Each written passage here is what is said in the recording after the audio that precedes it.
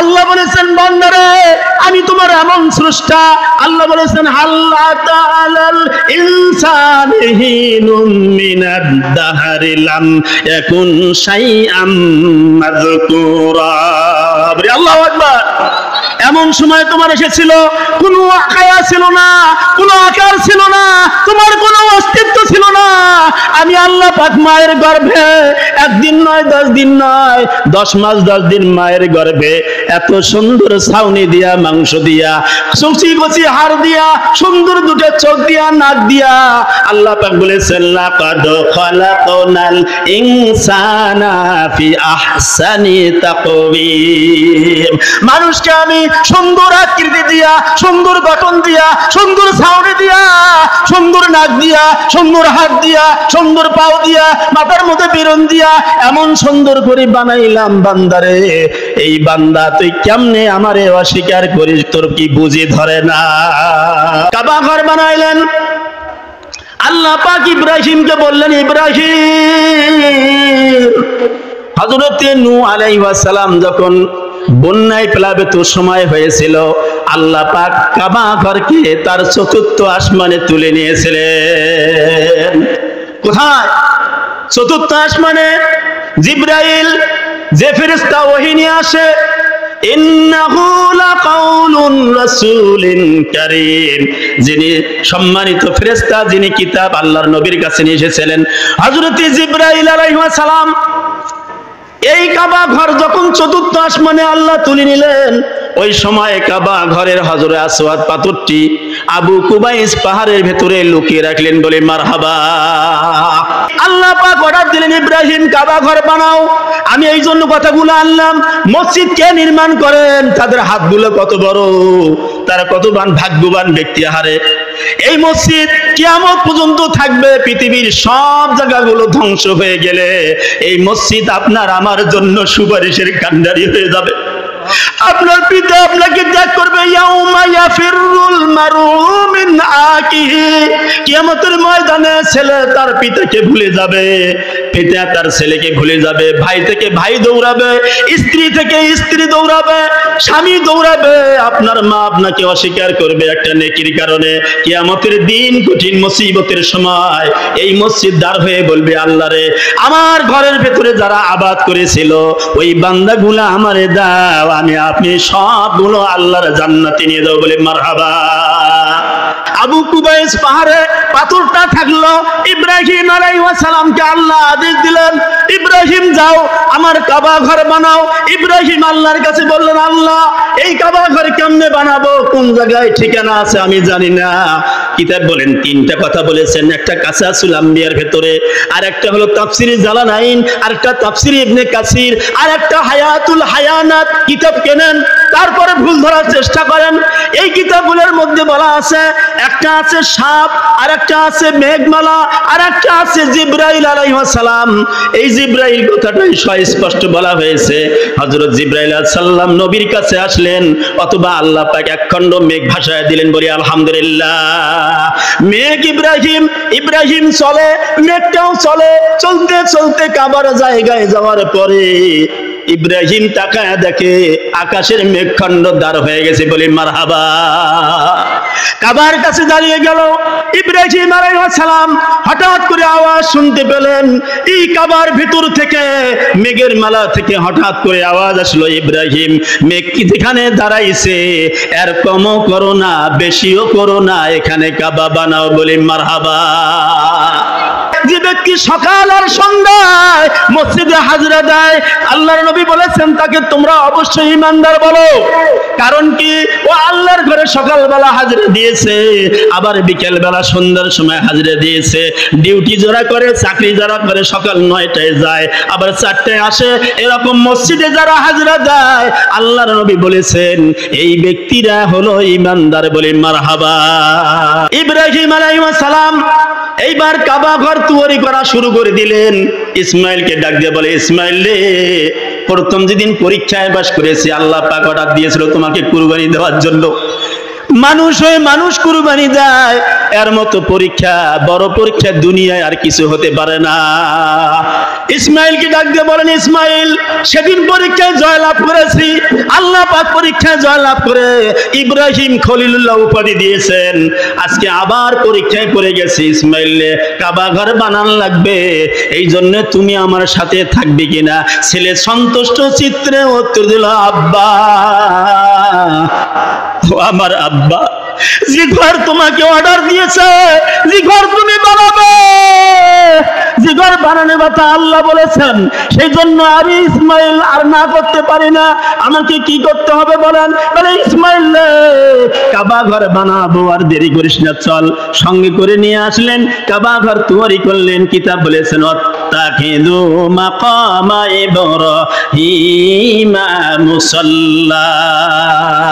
কাবা ঘরের 1 রাকাত নামাজ যদি পড়ে কেউ, তাহলে অন্য জায়গায় 101 লক্ষ রাকাত নামাজ পড়লে যে পরিমাণ সওয়াব, 1 রাকাত নামাজ পড়লে ওই পরিমাণ সওয়াব আল্লাহর বান্দার আমলনামায় দেওয়া হয়। ইসমাইল পাথর এনে দেয়, আর ওই ইসমাইল আলাইহিস সালাম কাবা ঘর বানায়। কাবার দেওয়াল যখন উঁচু হয়ে গেল, তখন আর উঠতে পারে না। ইব্রাহিম ইসমাইলকে ডাক দিয়ে বলে, ইসমাইল রে, এখন তো উপরে ওঠা যায় না, তাহলে বুদ্ধি বাই করো, কি করা যাবে? হযরত ইসমাইল বলেন, আমি পাথর নিয়ে আসলাম মাকামে ইব্রাহিম, যে পাথরটার নাম ইব্রাহিম। অমিয়া সেই ইব্রাহিমের পাথরটান এমন ভাবে আল্লাহ ক্ষমতা করে দিয়েছেন, তুলার মতো নরম করে দিয়েছেন, এমন পাওয়ার দিয়েছেন যে পাথরে উপরে উঠলে পরে ময়ের মতো কাজ করে, কখনো উঁচু কখনো নিচু। আল্লাহু আকবার। এমন ভাবে পাথর দিলেন, সে পাথর উঁচা হয়ে যায়, আবার নিচু হয়ে যায়, আবার সেখানে সমতলের দরকার সমতল হয়ে যায়। কিতাব বলেছেন, আজও যারা হজ করতে যায়, ওই মাকামে ইব্রাহিম পাথরের উপরে হযরতে ইব্রাহিম আলাইহিস সালামের পায়ের চিহ্ন আছে। বলি মারহাবা। কিসের চিহ্ন? ইব্রাহিম আপনার আমার জাতির পিতা, ভালো করে বোঝেন। ও মুসলমান, তোমার অস্তিত্ব কোথায়? তোমার নাম কোথায়? তোমার আকিকা কে করলো? কে তোমার নাম দিল? সেই মাবুদকে তুমি চেনো না। আল্লাহ পাক বলেছেন, কাইফা তাকফুরুনা বিল্লাহি ওয়া কুনতুম আমওয়াতান ফাহিয়াকুম সুম্মা ইউমিতুকুম সুম্মা ইহয়িকুম সুম্মা ইলাইহি তুরজাউন। আরে একটু বাবা তাকে জন্ম দিল, পিতা মা তাকে জন্ম দিল, সেই মায়ের একটু জমির কম বেশিতে মাকে ধরি মারে, এমন বেয়াদব মুসলমান আছে না নাই? কথা বলার আছে কিনা? মাকে মারো মিয়া, একটু অক্ষের জন্য তুমি মাকে মারো, তোমার বাবাকে মারো, কে শিখালো এই আদব? অথচ তুমি মায়ের গর্ভে 10 মাস 10 দিন ছিলা, এই মাকে তুমি অস্বীকার করো। জন্মদাতা মা, আর যিনি তোমার মাবুদ, আপনার আমার রব, আপনার আমার স্রষ্টা, আপনার আমার মালিক, যে মালিক রাত্রে বেলায় তুমি বান্দা ঘুমায় যাও, আমার আল্লাহ ঘুমায় না, আর ডাক দিয়া গভীর রাত্রে ডাক দেয়, বান্দারে কি বিপদে পড়ে গেছিস, মামলায় পড়েছিস, অত্যাচারিত হয়েছিস, জুলুম করেছে, নির্যাতন করেছে। আল্লাহ পাক বলেন, বান্দারে গভীর রাত্রে তুই তাহাজ্জুদের নামাজ আদায় কর, তাহাজ্জুদের সালাত আদায় কর, আর আমার কাছে চা। মা তোকে ভুলে যেতে পারে, পিতা তোকে ভুলে যেতে পারে, ভাই তোকে ভুলে যেতে পারে, চাচা তোকে ভুলে যেতে পারে, পাড়া প্রতিবেশী ভুলে যেতে পারে, আমি আল্লাহ কোনো দিন তোমারে ভুলবো না। কুসাইয়া গোত্র কাবা ঘর বানালো, কুরাইশরা কাবা ঘর যদি নির্মাণ করে, এই কথাটা পরে যায়। হযরত ইব্রাহিম আলাইহিস সালাম কাবা ঘর বানালেন। কাবা ঘর বানানোর পরে ও মুসলমানেরা কপালে হাত দিয়ে যাবেন, আজকে ভালো করে বুঝে যাবেন, এইখান থেকে ওয়াজ শুনি ফেলায় দেওয়া যাবে না। ইব্রাহিম আলাইহিস সালাম এই কোরআন খুলবেন, এই কোরআনের মধ্যে আল্লাহ বলছেন, ইব্রাহিমুল কাওয়াইদ মিনাল বাইতি ওয়া ইসমাঈল। ইয ইরফাউ, ইযা মানে যখন, ইরফাউ উঁচু করলেন, কি করলেন? উঁচু করলেন। ইরফাউ ইব্রাহিমুল কাওয়াইদা, যখন ঘরের ভিত্তি, এই ঘরের ভিত্তি যখন উঁচু করলেন, উঁচু করার পরে যখন পাথর নিয়ে আসলেন, কাবা ঘর গাতার পরে কাবা ঘর সুন্দর করে বানাইলেন। বানানোর পরে ইব্রাহিম দোয়া করলেন, রব্বানা ইন্নাকা আনতাস সামিউল আলিম। ইব্রাহিম আলাইহিস সালাম বলেন, রব্বানা তাকাব্বাল, হে আল্লাহ তুমি কবুল করে নাও। এখানে একক শব্দ ব্যবহার করেন, না শব্দ ব্যবহার করা হয়েছে রব্বানা, হে আমাদের রব। তার মানে কি আপনি ওই দলে আছেন, ফেরেশতারা ওই দলে আছে, যারা বানাচ্ছে তারা ওই দলের মধ্যে আছে, মুসলমান যারা ঘর নির্মাণ করবে ওরা ওই দলের মধ্যে আছে।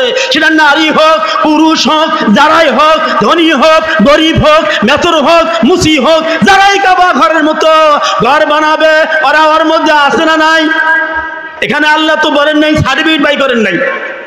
আল্লাহ বলেছেন, ইব্রাহিম আলাইহিস সালাম দোয়া করলেন, রব্বানা, হে আমাদের রব, তাকাব্বাল, কবুল করো।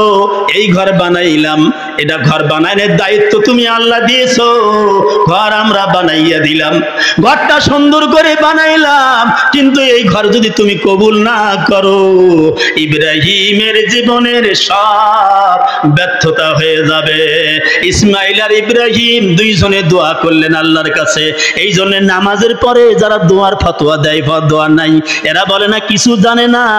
ইব্রাহিম তো ঘর নির্মাণ করলেন, কেন দোয়ার কথা বললেন? কারণ কি? অমিয়া কোরআন খোলো, কোরআনের মধ্যে আল্লাহ তো বললেন ইব্রাহিম ঘর বানাইলেন, এরপরে কেন দোয়া করলেন? তারপরে কেন শব্দ ব্যবহার করলেন?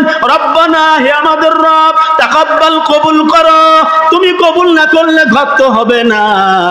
সুন্দর ঘর বানাইছি, ছাদও সুন্দর করে বানাইছি, বাপ বেটা মিস্ত্রি হয়েছি, ঘর যদি বানাইলাম তুমি যদি কবুল না করো, ইব্রাহিমের জীবনে, ইসমাইলের জীবনে কোনো লাভ হবে না। এখন লোকমা দাও। এমিয়া কাবা ঘর বানালেন, দোয়া করলেন, নামাজের এইখানে তাফসীর ইবনে কাসিরের ভিতরে বলা আছে, নামাজের পরে দোয়া করা মুস্তাহাব। কি করা? কথা বলেন, কি বলা? মুস্তাহাব।